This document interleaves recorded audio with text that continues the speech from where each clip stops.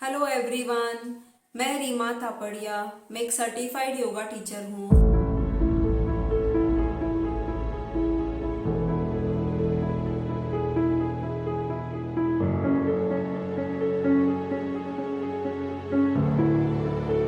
इस महामारी के टाइम पर मैं ऑनलाइन योगा क्लासेस भी ले रही हूँ।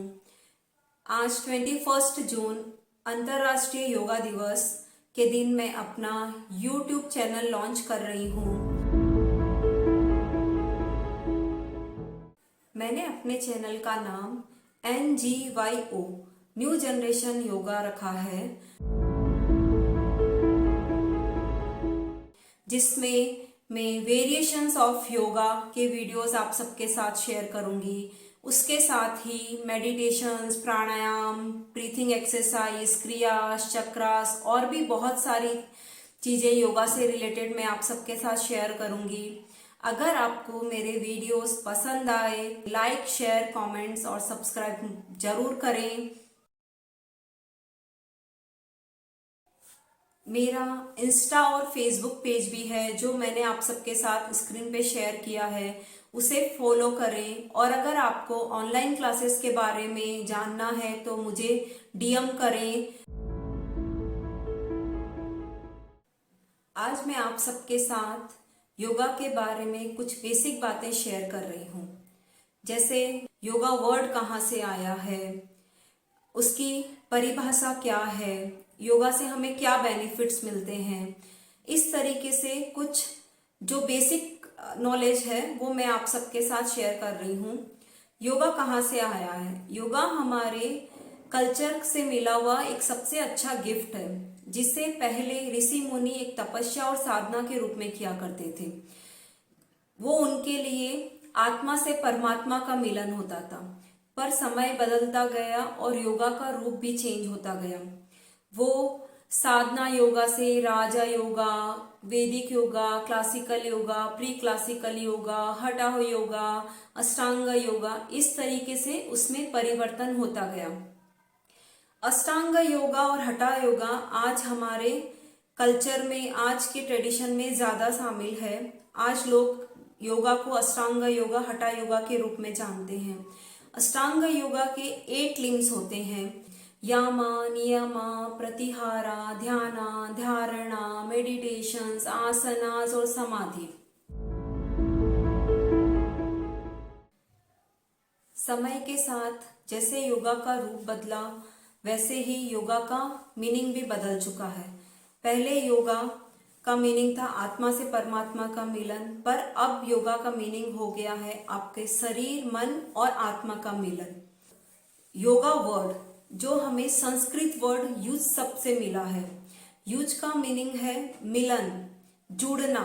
इसका पूरा विवरण पतंजलि योगा सूत्र बुक में दिया गया है।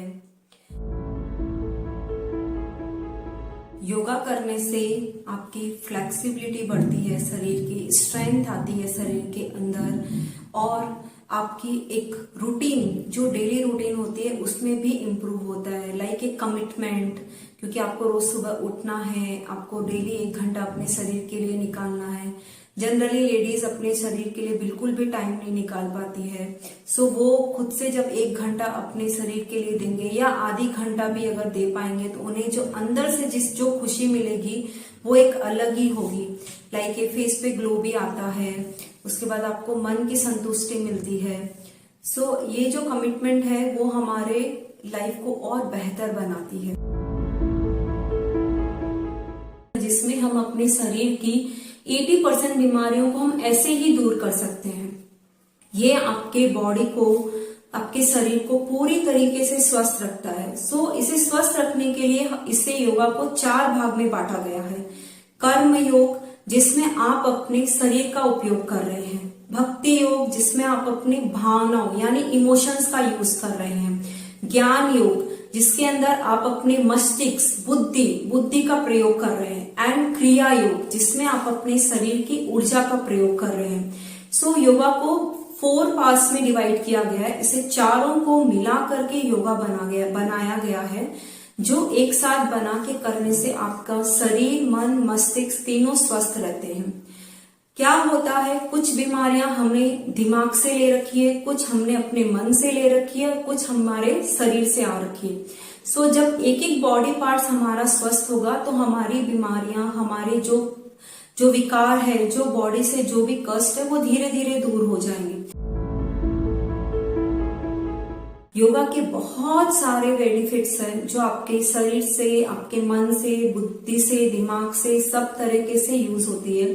जैसे आपके कोलेस्ट्रॉल को कम करता है, शरीर में मेटाबॉलिज्म को इंक्रीज करता है, diabetes, asthma, thyroid, stress, anxiety, lots of problem solve in one process, that is yoga.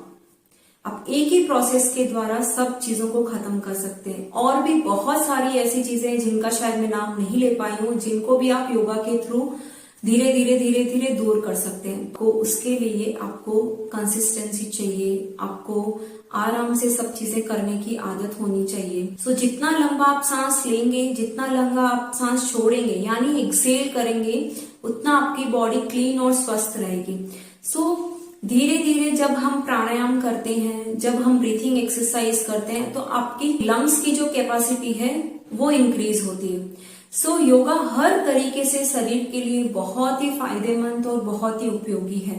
आज जो मैं एग्जाम्पल आप सबको दे रही हूँ वो मेरे अपने बारे में है। मैं किसी और की बनी बनाई कहानी नहीं बताना चाहती हूँ, क्योंकि वो कहानियां ही लगती है। जब आप कुछ सच बोलते हैं तो वो आपको रियल लगती है। सो मैं अपने बारे में आप सबके साथ कुछ शेयर करना चाहती हूँ। जब मेरी सेकेंड प्रेगनेंसी के बाद मुझे कुछ कॉम्प्लिकेशंस थी, उसके बाद मुझे थायराइड हो गया, देन मुझे अस्थमा की प्रॉब्लम हो गई। सो अस्थमा की प्रॉब्लम मुझे इतनी सेवियर हो गई और मैं उसे इतनी ज्यादा इससे परेशान रहने लगी। मैंने बहुत कुछ ट्राई किया बट मेरे कुछ भी फर्क नहीं हो रहा था। एट ए टाइम में इनहेलर और पंप लेने की आदी हो गई थी। इनहेलर में एक दिन में 7 to 8 टाइम्स लेने लग गई थी और मुझे पूरी रात नींद नहीं आती थी, बिकॉज मुझे ब्रीथ नहीं होता था।